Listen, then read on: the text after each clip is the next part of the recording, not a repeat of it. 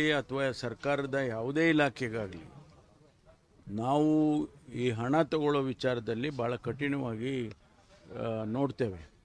ಅದರಲ್ಲಿ ಪೊಲೀಸ್ ಇಲಾಖೆಯಲ್ಲಿ ಯಾವುದೇ ರೀತಿ ಇಂಥ ಮಾಹಿತಿಗಳು ನಮಗೆ ಬಂದರೆ ಅದು 1,000 ರೂಪಾಯಿ ಇರ್ಬೋದು, 5,000 ರೂಪಾಯಿ ಇರ್ಬೋದು, 500 ರೂಪಾಯಿ ಇರ್ಬೋದು, ಹಣ ತಗೊಳ್ಳೋದು ಅದನ್ನು ನಾವು ಯಾವುದೇ ರೀತಿಯಲ್ಲಿ ಕೂಡ ಎನ್ಕರೇಜ್ ಮಾಡೋದಿಲ್ಲ.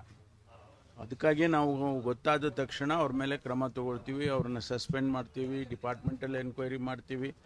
ಮತ್ತು ಅವರು ನಿಜ ಅದು ಮಾಡಿರೋದು ಸತ್ಯ ಅಂತ ಗೊತ್ತಾದ ಮೇಲೆ ಅವ್ರನ್ನ ಎಲ್ಲಿವರೆಗೆ ಅಂದರೆ ಅವ್ರನ್ನ ಡಿಸ್ಮಿಸ್ ಕೂಡ ಮಾಡ್ತೀವಿ ಸರ್ವಿಸಿಂದ.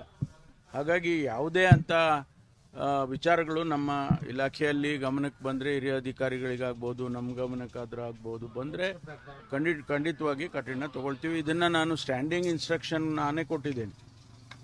ನಮ್ಮ ಪೊಲೀಸ್ ಕಾನ್ಫರೆನ್ಸ್ಗಳಲ್ಲಿ ಮುಖ್ಯಮಂತ್ರಿಗಳು ಹೇಳಿದ್ದಾರೆ, ನಾನು ಹೇಳಿದ್ದೇನೆ. ನಾವು ಯಾರೂ ಇದನ್ನೇ ಎನ್ಕರೇಜ್ ಮಾಡೋದಿಲ್ಲ. ಕಠಿಣವಾಗಿ ಕ್ರಮ ತಗೊಳ್ಳೋದಕ್ಕೆ ಸೂಚನೆಯನ್ನು ಡಿ ಜಿ ಅವರಿಗೆ ಈಗಾಗಲೇ ನಾವು ಪ್ರತಿ ಕಾನ್ಫರೆನ್ಸ್ನಲ್ಲೂ ಮಾತಾಡ್ತಿರ್ತೀವಿ ಮತ್ತು ಅದನ್ನು ಕಾರ್ಯಗತ ಮಾಡ್ತೀವಿ.